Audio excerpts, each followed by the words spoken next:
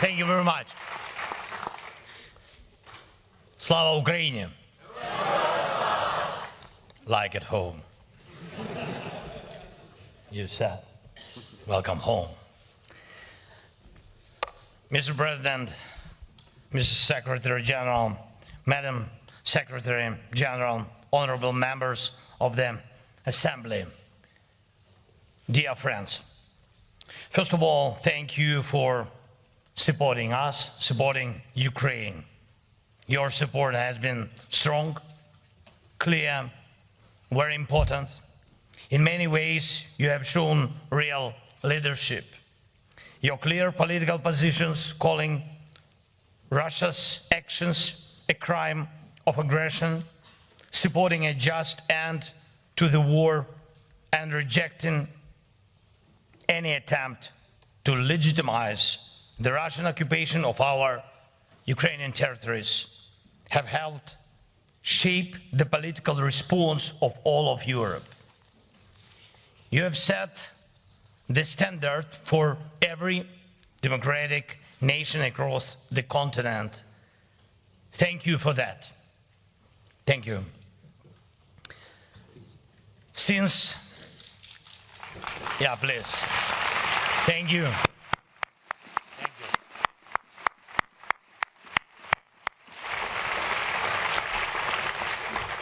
Since the start of the full-scale invasion more than 3 years ago, the Parliamentary Assembly of the Council of Europe has adopted almost 30 resolutions in support of Ukraine. The Council of Europe was the first major international organization to expel Russia for its aggression. You made it clear Russia's attack on Ukraine is an attack on all of Europe. And that's exactly what it is. It's a war against our shared way of life, a way of life that changed Europe for the better. Europe was once the source of many bloody wars and brutal ideologies that caused huge suffering, not just here, but around the world. Not long ago, in just 1 century, Europe brought itself to ruin, and brought it twice. The devastation was total both times, but Europe learned its lessons. It rebuilt itself as a continent of peace. And today Europe helps others find peace and recover from tragedy. It defends international law and human rights around the world. Europe also shows the world how nations can respect each other even after a difficult and painful shared history. And these achievements didn't come by accident.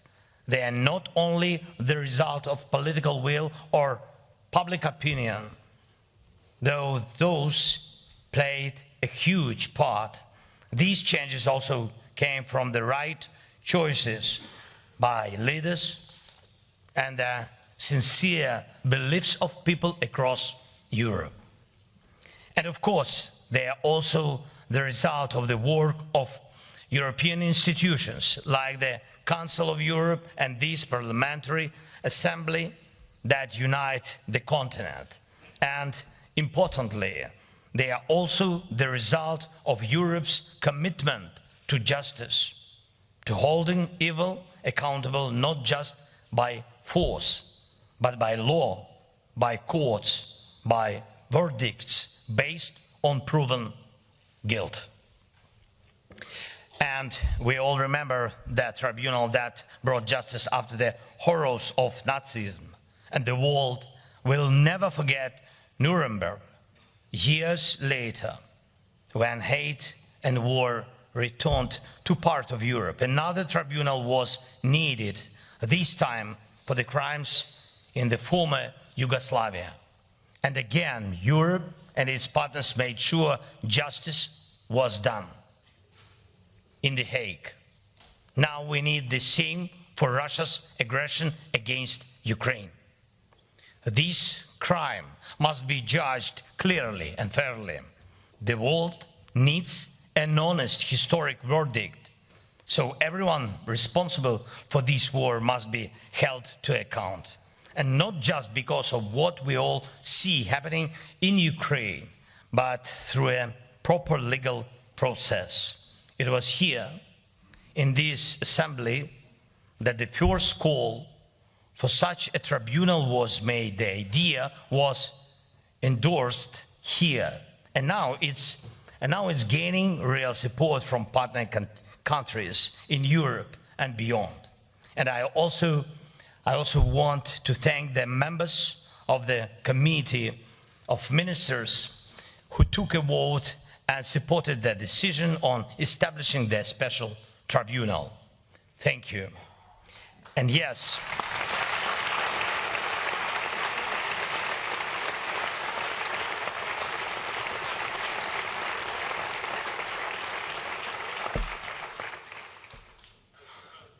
thank you. Yes, there is still a long road ahead, and really we know it.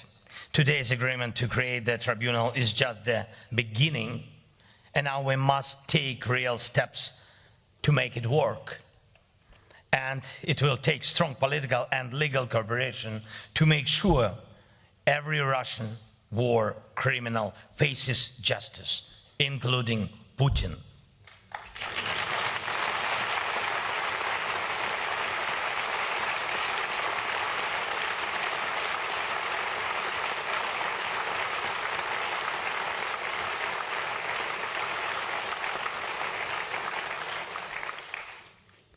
And this is the path we must walk all the way to real charges and real verdicts. And I urge you to stay involved and keep leading, just as you have done so far. Some people, and understandably so, ask, what can a tribunal really do? Wouldn't it be better to focus entirely on weapons, technologies, and drones? Of course, military support for Ukraine, tough sanctions against Russia, political pressure on the aggressor are all essential. And these are the things that make Russia feel the true cost of this war. And yes, the aggressor must lose. And we are working on that. Ukrainian lives must be protected. And I thank everyone who supports our defense. But justice matters too. And it must work so that war criminals have nowhere to hide. Not in Europe, not anywhere. Justice must work in a way that makes it clear to anyone planning such crimes of aggression, that accountability is certain. And justice must work in a way that sets a legal principle: no rewards for aggression. That's why the crime of aggression must be recorded, judged, and punished. The Hague, perfect venue for it.